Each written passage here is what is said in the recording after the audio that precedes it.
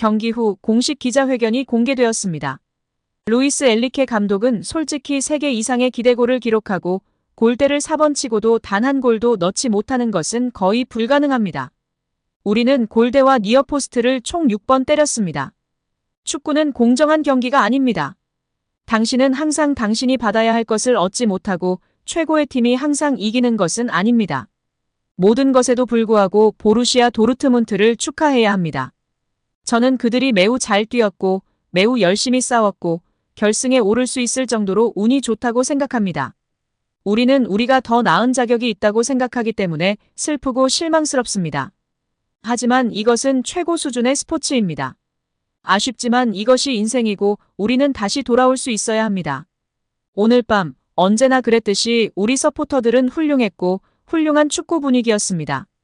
더 많은 행복을 가져다 드리지 못해 아쉽다고 생각하지만 내년에는 몸을 일으켜서 더 힘차게 돌아와야 합니다. 이어 엔리케 감독이 예민하게 반응하는 장면도 화제가 되고 있는데요. 질문하던 기자는 불운이 계속되었고 운이 없었다고 여러 차례 말씀하셨는데 정말 운이 없었던 것일 수도 있고 도르트문트가 수비를 잘해서 슈팅 정확도가 떨어졌을 수도 있을 것 같습니다. 감독님이 분석하신 내용은 단지 운이 없었던 것인가요? 아니면 도르트문트의 수비로 인해 정확도가 떨어졌을까요? 라고 질문했는데요. 이에 엔리케 감독이 무척이나 예민하게 반응하였습니다. 엔리케 감독은 지금 질문 진지하게 하는 것인가요? 골대에 맞는 것과 골이 되는 게 뭘로 결정되죠? 골대 위에 성령이라도 있는 건가요? 우리는 그저 운이 없었던 것뿐이에요. 우리의 기대 득점 값은 3이었어요. 3점을 냈어야 해요. 그게 무엇 때문이었냐고 물으면 미안하지만 질문이 좀 이상한 것 같네요. 우리가 운이 따르지 않았고 상대도 못한 것이 아닌 잘했습니다. 그들을 전 늘 칭찬했습니다. 그들이 조별리그에서 1위로 진출했었습니다. 결국 이렇게까지 골이 안 들어가면 공격진에 변화를 줘야 했고 더욱 빨리 변화를 줬어야 했고 혹은 변화를 준 것이 아쉬움이 없었는지를 묻고 싶었던 것 같습니다. 2차전에서 요즘 폼이 좋지 않은 아센시오를 첫 번째 카드로 쓴 이유가 무엇이며 그가 경기장에서 계속해서 증명해 보이질 못하는데 왜 자꾸 쓰는지를 물었어야 했습니다.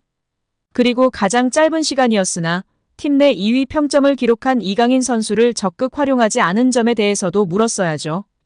괜히 두리뭉실하게 우회적으로 묻다가 예민한 엔리케 감독도 화가 났던 것 같습니다. 이어 에머리 선수의 인터뷰도 이어졌습니다.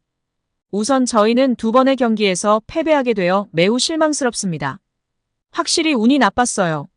우리는 많은 기회를 만들었고 골퍼스트를 4번 치고 크로스바와 포스트를 너무도 많이 맞췄습니다.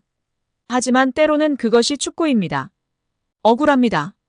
우리는 챔피언스 리그에서 가장 어린 팀 중 하나이며 그가 매년 발전하는 프로젝트를 가지고 있었습니다. 말씀하신 것처럼 내년에는 저희가 할 수 있는 모든 것을 다해서 꼭 이기도록 하겠습니다. 분명히 지금은 매우 실망스럽지만 우리는 여전히 트래블에서 우승할 수 있고 그것이 우리가 지금과 시즌 말 사이에 시도하고 할 것입니다. 항상 응원해주시는 팬분들께 감사드리고 저희가 질 때도 경기 막판에 보러 갔는데 앞으로 저희가 이길 수 있도록 최선을 다하겠습니다. 1차전에서 출전 기회를 얻지 못했던 이강인이 2차전에서 마침내 기회를 얻었으나 고작 추가 시간을 더해도 고작 18분에 불과했습니다. 그 18분간의 활약만으로도 이강인은 팀 내 평점 2위라는 엄청난 활약을 했습니다. 루이스 엔리케 PSG 감독의 선택이 두고두고 아쉬울 경기로 화제가 되고 있습니다.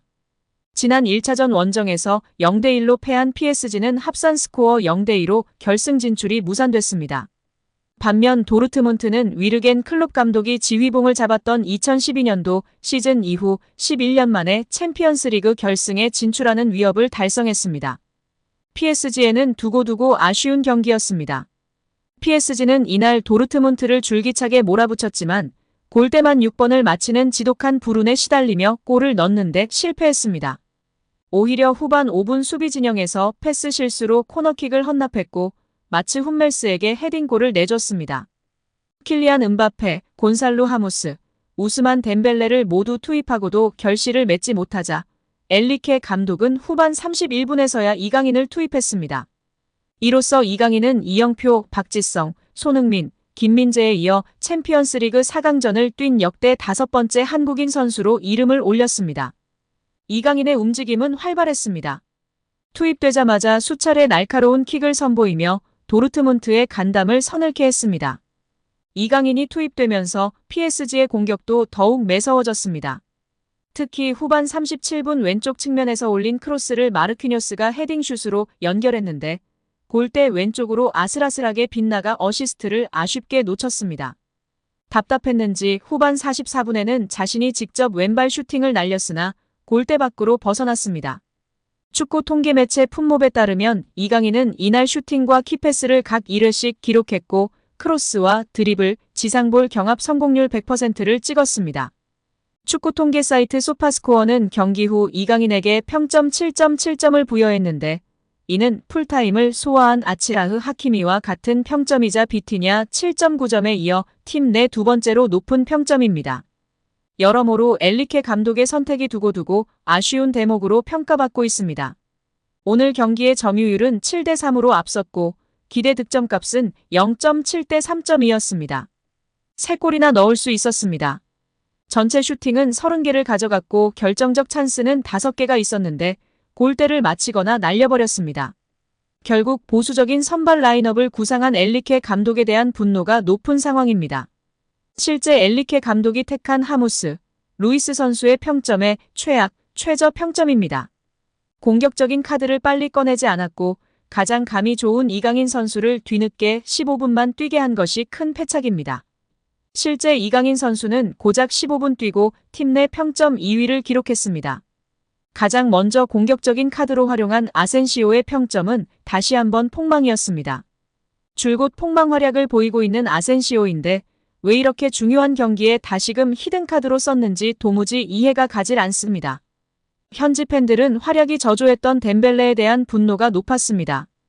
우리 모두 5일 클럽으로 이적해서 웃자.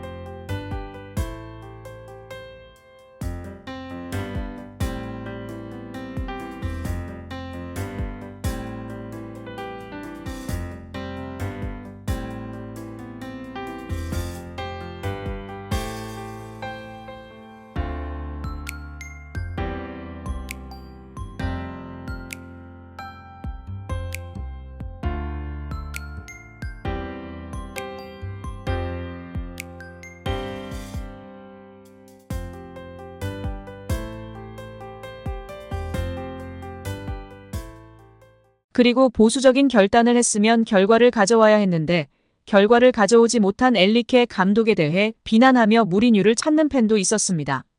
앞으로 절대 챔피언스리그 우승컵을 들지 못할 것이라며 저주하는 팬도 있었습니다. 첫 시즌이기 때문에 조금 더 기다려주자는 팬도 있었고 구세주 음바페가 파리를 구하지 못한 것에 분노하기도 했습니다. 그리고 중원에서는 1차전에 이어 폭망 활약을 펼친 루이스 선수에 대한 비판이 많았습니다.